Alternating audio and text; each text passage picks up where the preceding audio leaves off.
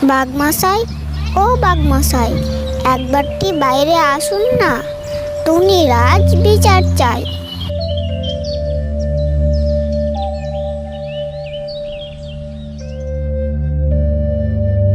এ কি টুনি, সাত সকালে টুনি? হালুম হালুম। পেন নাম হই বাঘমশাই, আমার কিন্তু বিচার চাই, তাই এলাম আপনার কাছে। ও তাই বুঝি? তা কিসের বিচার চাই? বেগুন বনে আবার সেই দুষ্টু বিড়াল এলো নাকি? সে আর নতুন কি, সে দুষ্টু বিড়ালিনী তো সবসময় সুযোগ খুঁজে বেরোচ্ছে আমার ছানাপোনাকে বাগে পেতে।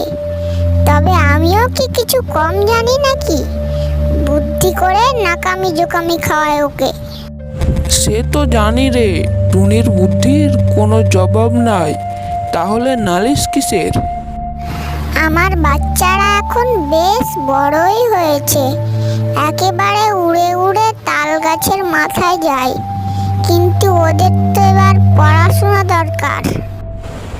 ওরে বাবা, আমাকে মাফ কর রে টুনি, আমি নিজেই তো মূর্খ। আমি আবার কি পড়াবো তোর ছানাপোনাদের? আহা, আপনি পড়াবেন কেন?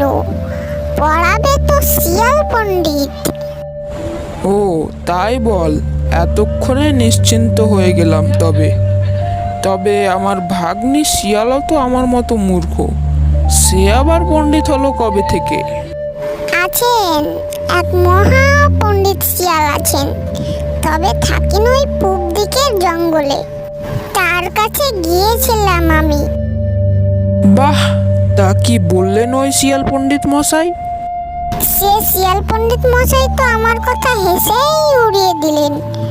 টুনির ছানাপোনাকে সে নাকি পড়াতে পারবে না, জঙ্গলের বড় বড় জীবজন্তুর ছানারাকে পড়াইছে। আপনি এর বিচার করেন বাঘমশাই। এ তো ভারী কঠিন ব্যাপার। এত বড় পণ্ডিতের বিচার আমি করি কিভাবে? যদি ফুস করে কোনো পড়াশোনার কথা জিজ্ঞেস করে, তবে আমি কি বলবো? সে আমি জানি না, আমার বিচার চাই। আমি এখন যাই, আমার বাচ্চারা একাই আছে বাসায়। আবার যদি বিড়ালটা চলে আসে, আমি কাল আবার আসবো কিন্তু।